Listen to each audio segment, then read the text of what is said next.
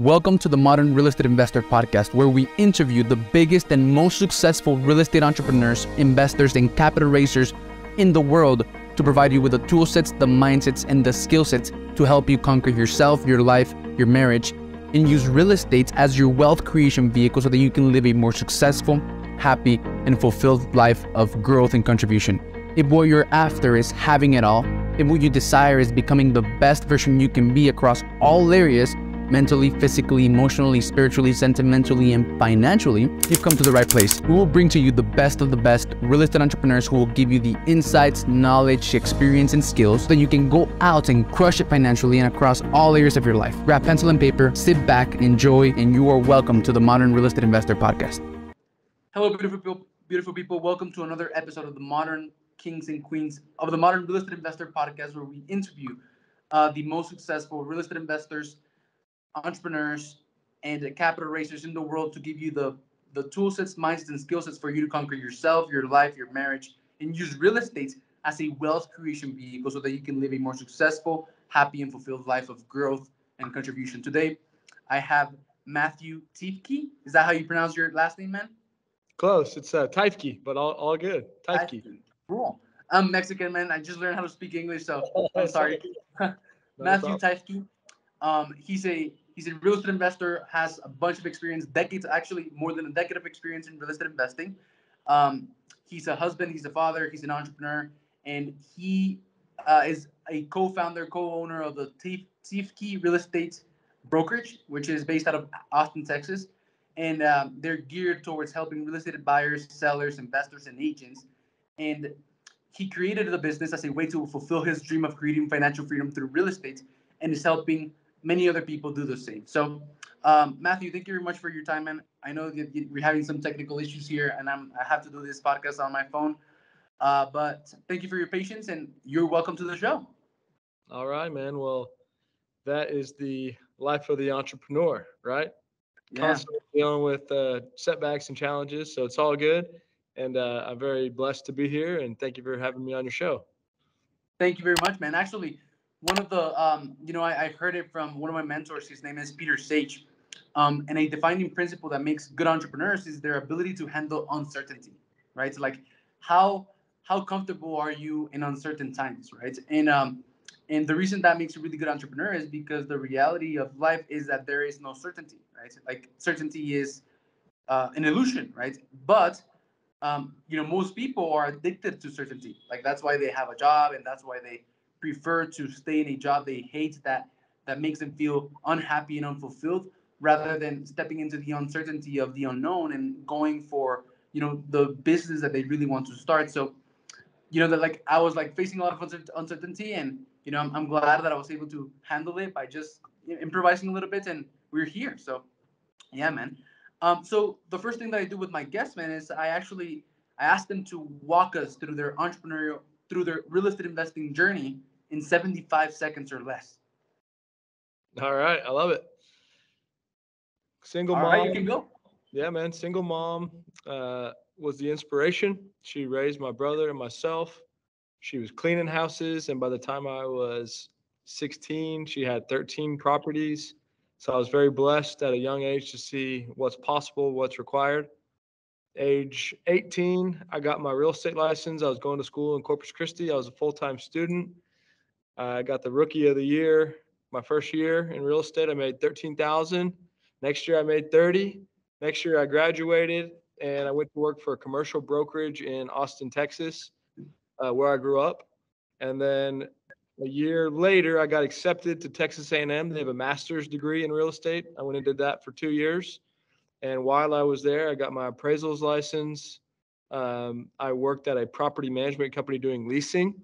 And then when I graduated, my wife took over my mom's properties, and we built that up to about 700 doors. We sold it 2 years ago.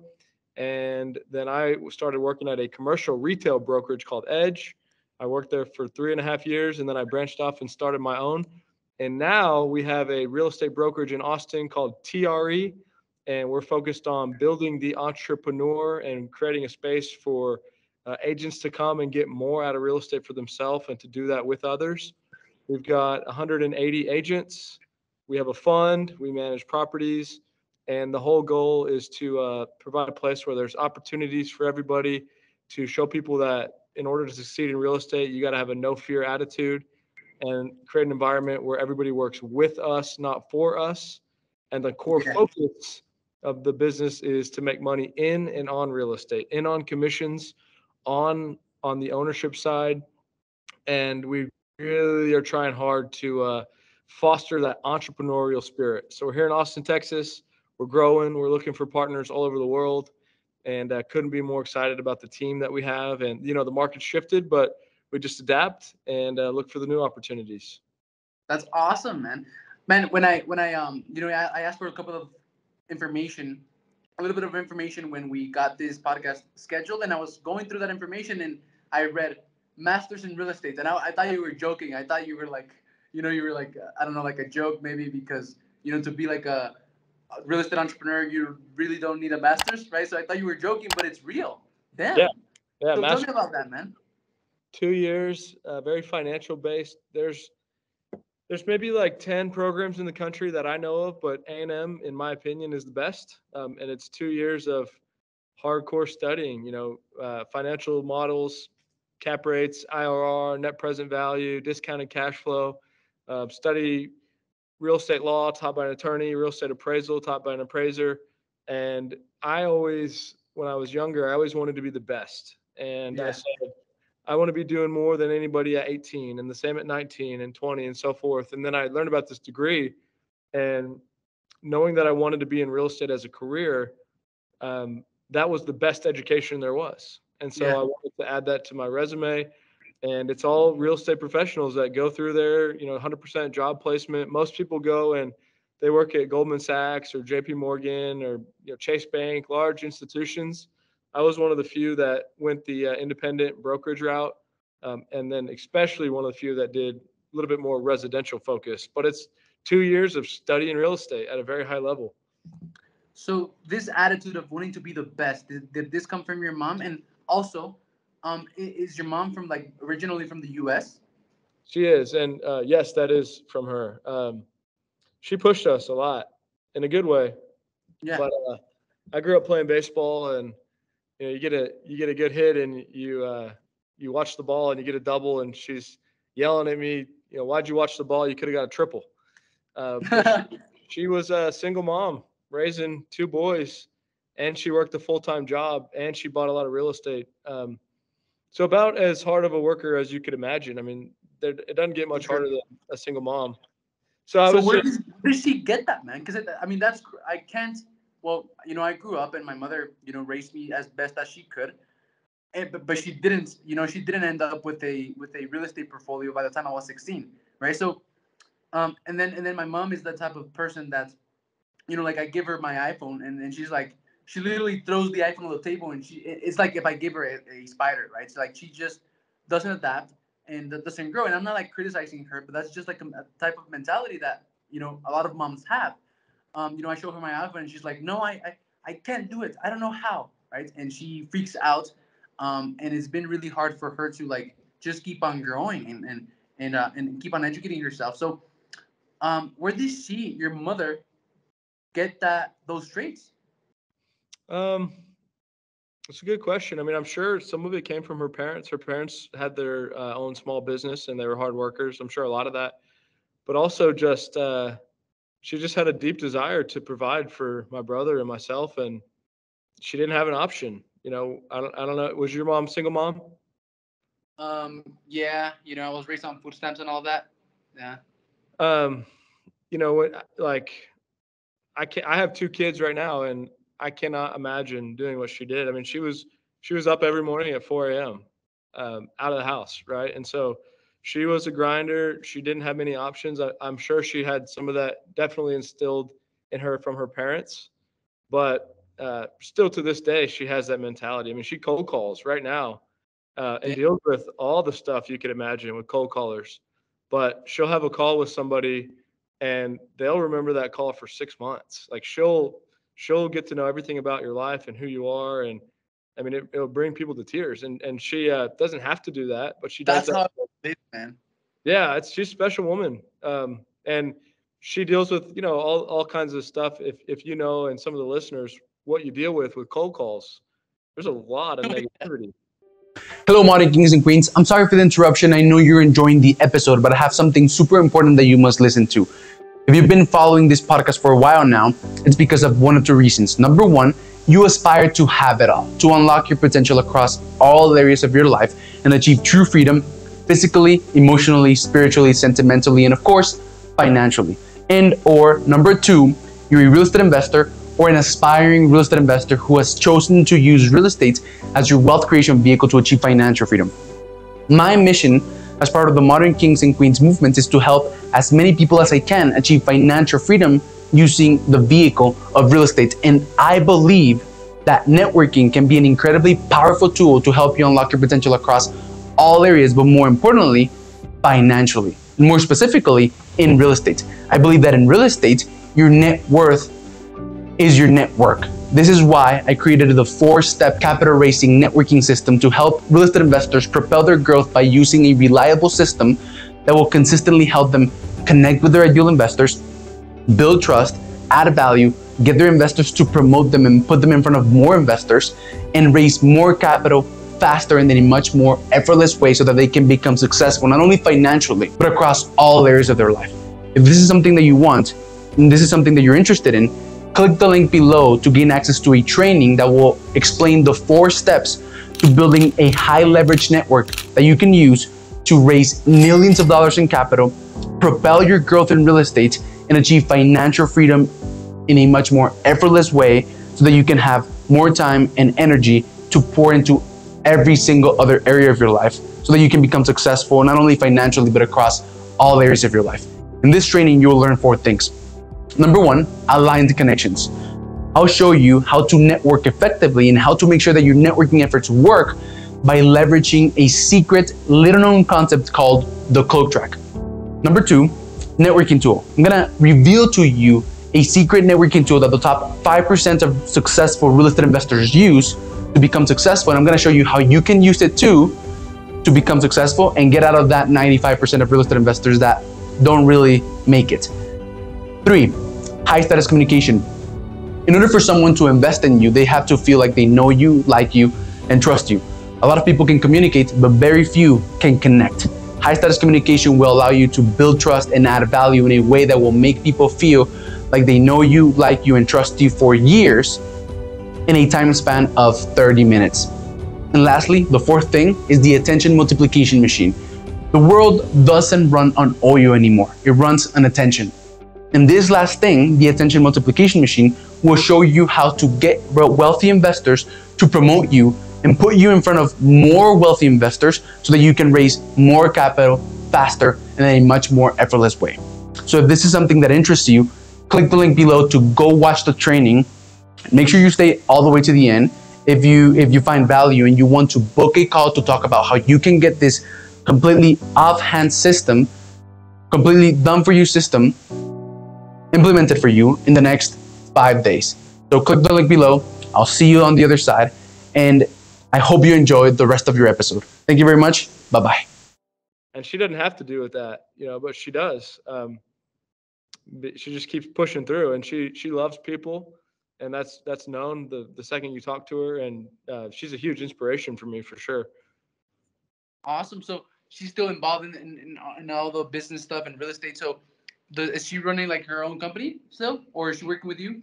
Yeah, she works with us, and she cold calls, and we've got all these agents that work with us, and so she'll get leads that buyers or sellers for agents. She'll find deals that we can buy or maybe manage.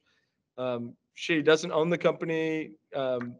She's a huge part of it, but she's just cold calling 4 or 5 hours every single day. Damn. And I like that idea of building a culture in which people are not working for you. I mean, yeah, for you, but with you, right? So, yeah. What do you mean about that, right? Like, can you elaborate a little bit more on that type of culture that you've been building, and can you talk a little bit about the benefits from building that type of culture in comparison to like building the traditional "you're working for me" company type? Yeah, it's a very long term. These are partners, and it's a pet peeve of mine personally. I don't judge anybody else, but if you were to say you work for me, right? Come work for me. That just doesn't sit right with me. And people will say, my agents, like Mm, you own them, right? They're not my agents. So it's that little shift in the word, but the deep meaning is real. So um, we want you and anybody to come work with us. We're not anything special. We're not above you. We don't have all the answers, but what we do know is that we'll get in the trenches and grind, and we'll be with you, and that goes a long way. People respect that. They know that that's different. They don't have to constantly look for the better opportunity to find where the grass may or may not be greener. There's a sense of loyalty that comes with that, and you create friendships and you create people that you have in your foxhole when things get bad or crazy. And that's a huge blessing to have people that truly have your back, and to have a lot of them is a massive blessing. yeah. So what would you say, like, if you could point it, point it down to like a thing, to like one benefit? What would you say would be the main benefit of building a work with me type of culture versus a work for me type of culture? What would you say is the main benefit? We're aligned, right? Alignment. Yeah, So like the people that work with you is because of the alignment of, I don't know, values, vision, and all that. yeah, right. So if you work for me, then my goals might be different than your goals, and we might get there at different times and in different ways, or we might not get there together. If we work together, our goals can be aligned, and it's just a matter of time until we get there. So it takes out the uncertainty in a lot of ways, and we're just aligned on what we're trying to do. Hmm. Cool. So then I'm wondering, how does your hiring process look like? So we have those core values and this core focus, right? So we lay that out. Um, these are, for the most part, 1099 real estate agents. So there's a little bit less risk involved, but the culture starts to grow on itself, and they start recruiting and bringing other people in, and you quickly see who we are. And we just want integrity driven, long term thinkers, value add, and the door's open in that case. As far as full time employees, it's a big time process. We still say they work with us. We want them to have a good life and create an environment where they don't feel like they have to constantly answer to us. They feel like they understand their role, they enjoy it, and then they go out and accomplish whatever their tasks are. But ultimately, man, it's just a very long term mindset. And if somebody were to come in and they weren't a good fit, then naturally it would be weeded out one way or another, whether it be from Yeah. us or for them.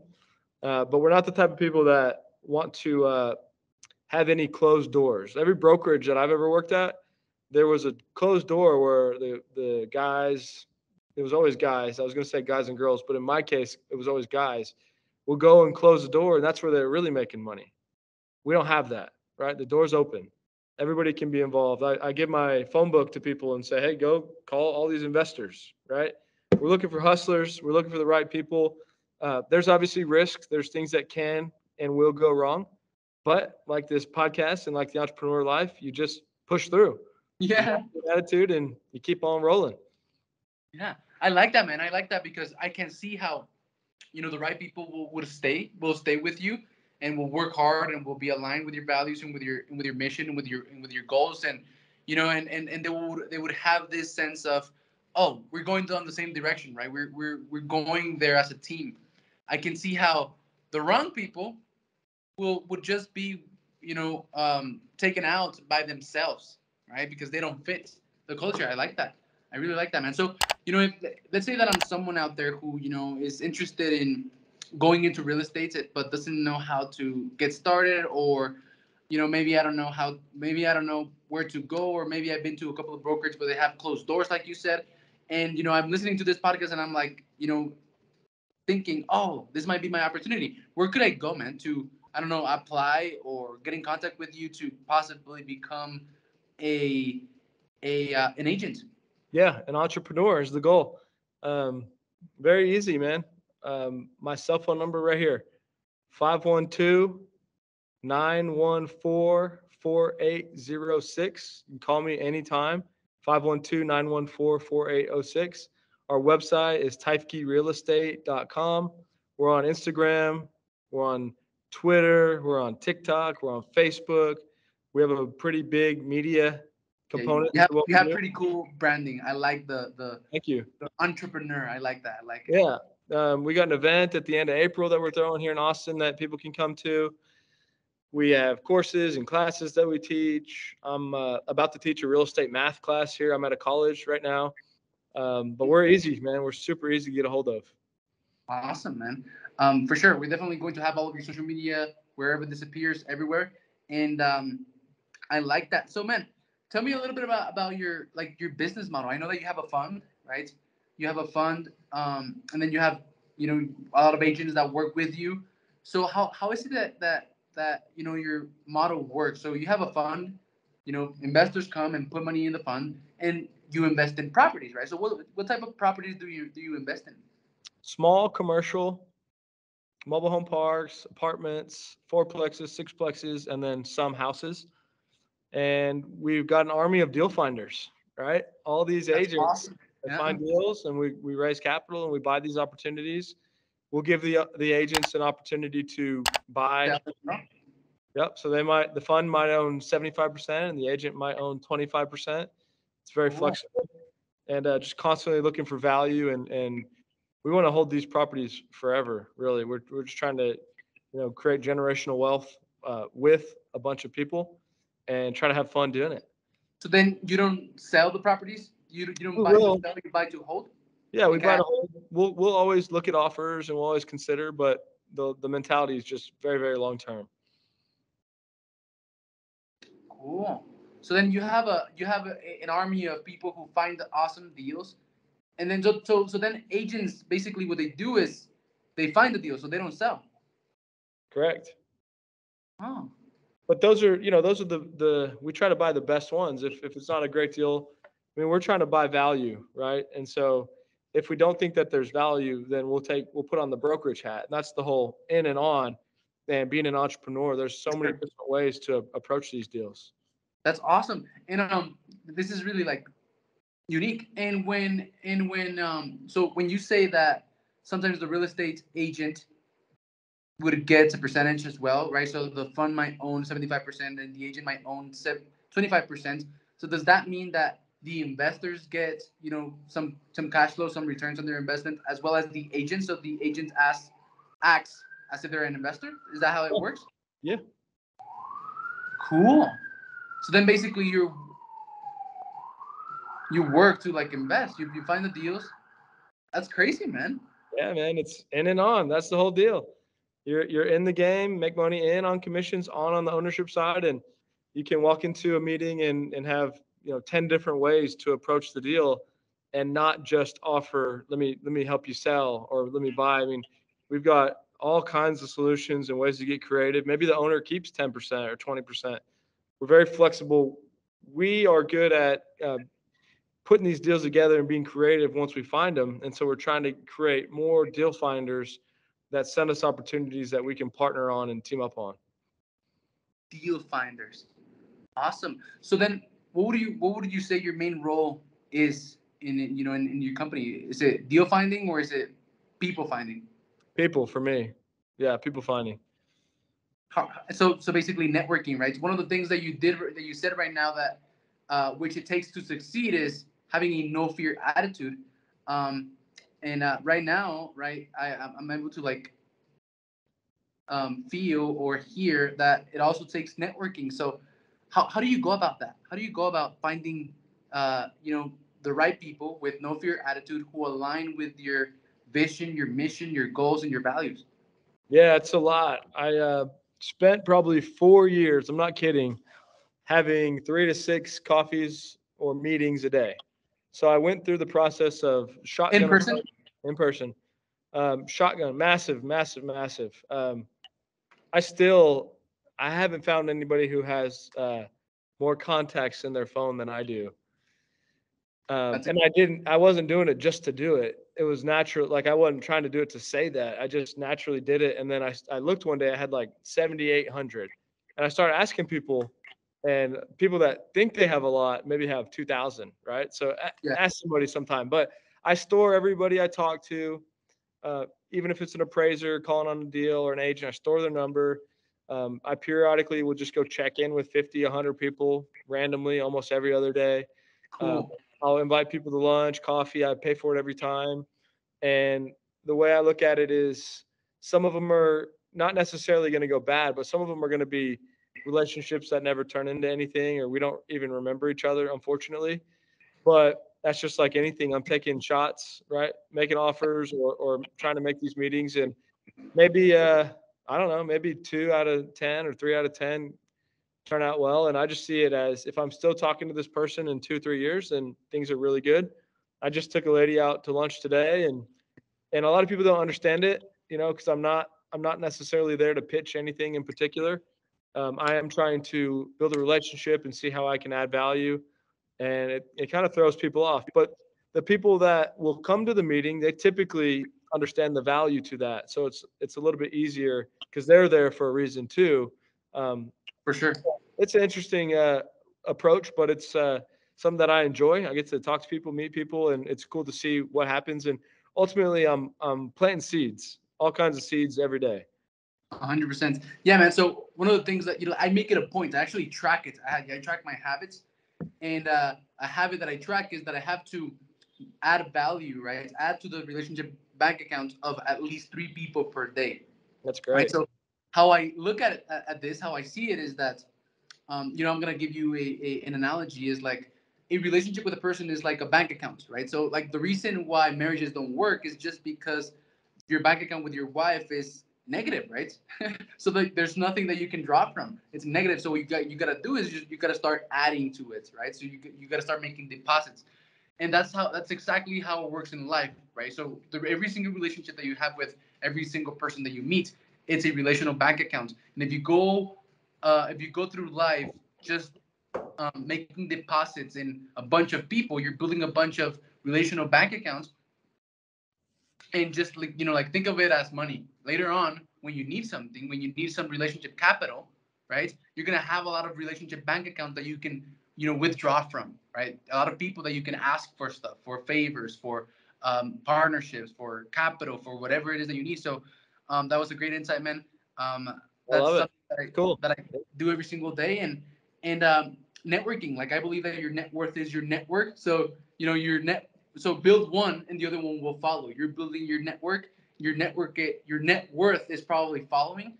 And it's been the case with me. Like I've connected with people who connect me to opportunities that totally changed my life. So can you tell me a story of how like one connection led you to something which led you to like this amazing, I don't know, financial breakthrough or deal or something? Yeah, I mean, I've got certain people that I can call that can do pretty much anything that I personally have come across so far. And one of them was a lender that I met maybe 4 or 5 years ago, and just met maybe once or twice per year and staying in touch. And I had a deal last year that we needed $2 million for 48 hours. We had a contract that we were assigning, but the owner of that property would not sign a document that allowed us to do a double close with the title Mm-hmm. pass through. So we needed $2 million for 48 hours. And I called this guy. I didn't know I could pull that off at the time. And he did it. And we paid him like 40 grand for that. But we made a $700,000 fee. And now, I can do that again. Right. And so that was simply because the guy knew me. And if I never met him, I'm not sure I would have had somebody to call that could pull that off. Yeah. So how did you meet him? Just reached out. I mean, I just reach out to everybody. If anybody that's active on, any kind of list on social media, you see these people in news, like local newspapers or magazines. Like I'm trying to know everybody. For sure. Yeah. So I know you have a podcast and you have a bunch of guests on your podcast. So have you seen your podcast like as a good networking tool? Yeah, yeah, very very similar to what we're talking about, and probably maybe your approach.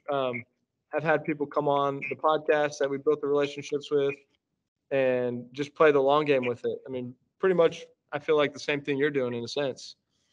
Yeah, for sure. Yeah, that's exactly what I'm doing. So awesome, man. So let's see. So if anyone wants to listen to your what is your podcast about? Who do you interview, and how can we like go to like, have a listen? Yeah, it's called the Real Estate Podcast. We just interview entrepreneurs. I mean, we'll have people come on talk cannabis, real estate.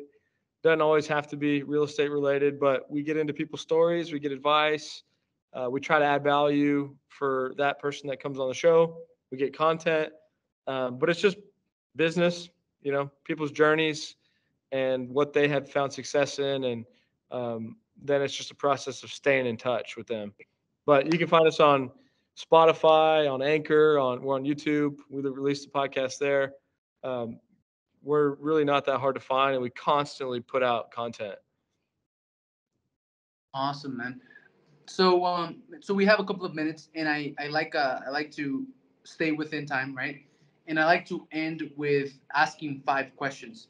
Actually, I always my questions are on my phone, but I'm using my phone. So let me look for them really quick. Cool. I did, there you go. I found them. So so the first question is, let's see. This is not it. Uh, there you go. So this is gonna be edited, man. Don't worry. Um, so all right, awesome, man. So the first question is, what is a false belief that you had, or that you see most beginners, most real estate investor beginners have, that is false, that holds them back, man? For me personally, I really thought that we needed to give everything away for free, and that if I was selling like a course or an event, that it just wasn't a good way to go about business.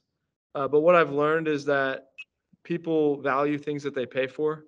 And if you're going to create something that you're going to sell, you're going to put a little bit more time into it. Yeah. So, also you create a funnel where you can find out who's serious and who's not. But that kind of comes back to when you're trying to lead people and you're trying to build, you can't want something more than somebody else wants it.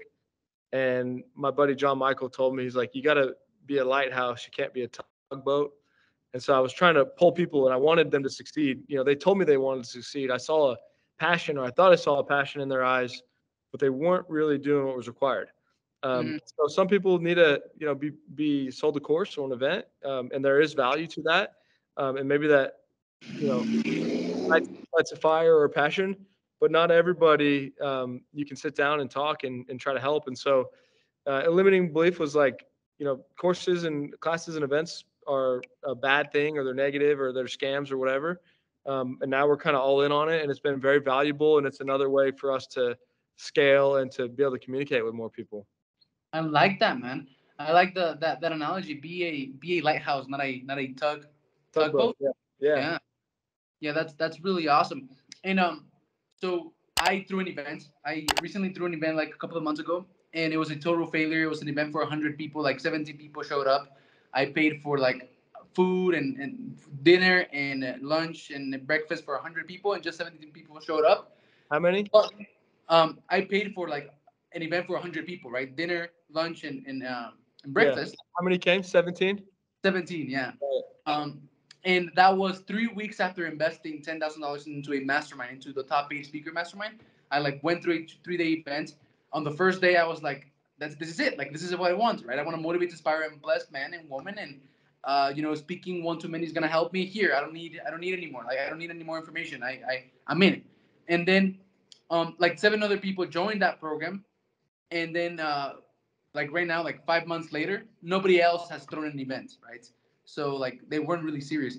And I threw the event 3 weeks later, failed, but was able to learn an awesome lesson, right? Which was niche message offer, right? So basically, the lesson that I learned was that I didn't have a strong message that resonated with people, right? I had a message. I was trying to talk to everyone, And because of that, I wasn't talking to anyone. And the way that I was able to realize and really internalize that lesson, because I already knew the information, because I had read a lot of books, taken a lot of courses, but I was able to internalize that information, that lesson, because people would walk up to me. You know, I put billboards locally, and I was all over the town and everything. And like a lot of people walked up to me, like 50 people walked up to me, and they would say, "I saw you. I saw you on the billboard, and it looked really cool and everything." But I didn't scan the code. Like I didn't know what it was. Like it didn't resonate, right? And I got that message a bunch of times. So the reason I'm telling you this story, man, is because I want to know, how were you able to internalize that lesson of you got to be a lighthouse and not a tugboat, right? Because like I know what that means intellectually, but like, I think I'm still struggling with that, and I think a lot of people are struggling with being a lighthouse and not a tugboat, and they probably know that, logistically and mentally, and but they haven't internalized that lesson, which is a huge lesson to have.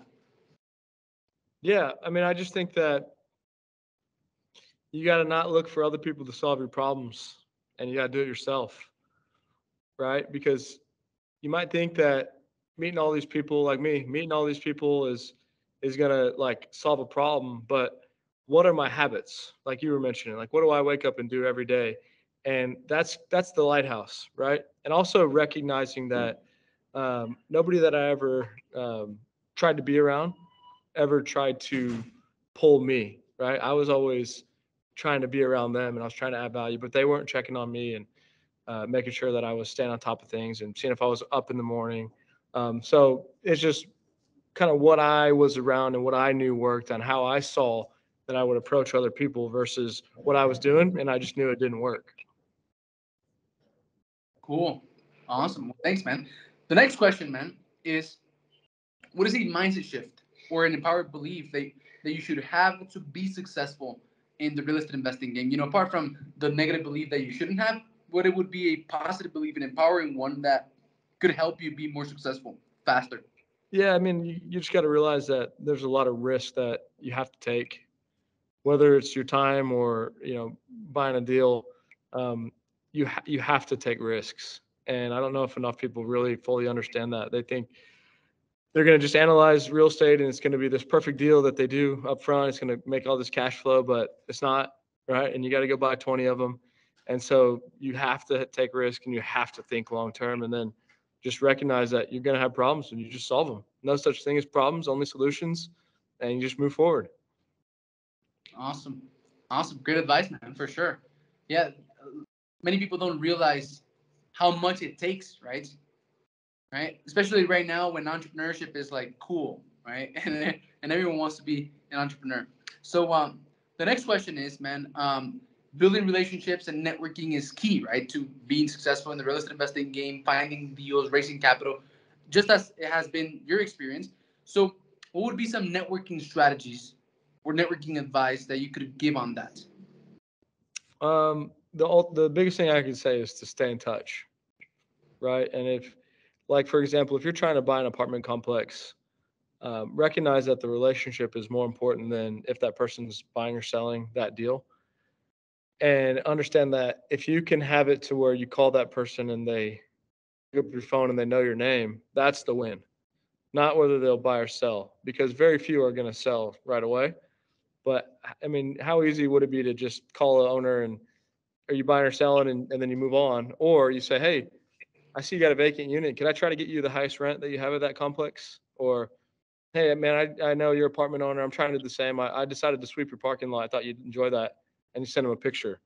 So it's being creative and playing that long game and realizing that it's a chess game and not checkers. And the relationship is huge. Nice. I like that, man. And I actually, before jumping on this interview, I watched a TikTok that gave a networking strategy. So let me give you and the audience listening, the networking strategy that I just learned. So, but basically, you're supposed to go when you go to networking events. You're supposed to go with another person, right, with your partner, and then you separate each other, right? So you go into a group of people. You introduce yourself. You're high energy, right? And then basically you start talking good about your partner, which is the deal owner, right? So you start talking. So my partner, he's great. He's an amazing real estate developer, or he's an amazing, apartment builder, whatever. And then you start to bring him up, and that brings you up, automatically as well. And then you call him, right? So and you leave him talking about himself, and then you go to another group, and then you do the same. And I was just blown away by that, man. And I'm going to implement that on the next event that I go. So it was great. That's So cool. I love it. the next question, man, is what is a successful strategy for you to raise capital? Be a student of the game and play that long game, but show people that you've been doing it for a long period of time before you actually ask. Create a track record of like maybe you help somebody else buy or sell a deal. You don't want to go pitch and people not think you're serious or this is the first time you're doing it because you're going to lose credibility probably. So have these conversations early on what your goals are and what you're trying to do. Maybe go to the person for advice, right? I got this deal. I'm thinking about raising capital. What do you think? And instead of saying, hey, do you want to invest? So that's back to that chess mindset. Just planting those seeds early. If you think you're going to start raising capital, start talking about it right now.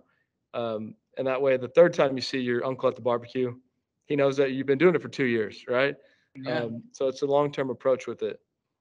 It's a long-term approach, man. That's so fucking hard for people in general. Like, we want things fast, we want them easy, and we want them big. We want big things fast and easy. So how have you been able to like conquer that, human natural tendency? I don't know, man. I mean, I just care. I'm not in it for the short run. I'm not trying to make as much money as I can, as quick as I can. My college class starts in 5 minutes. And I don't do it for the money. I mean, I enjoy the process, right? When you care about what you're doing and you love it, it's fun. It's fun to talk to people and meet new people. Yeah, for sure. Go retire. So try to enjoy the moment and the process as much as I can and try not to think too much about the results. Awesome, man.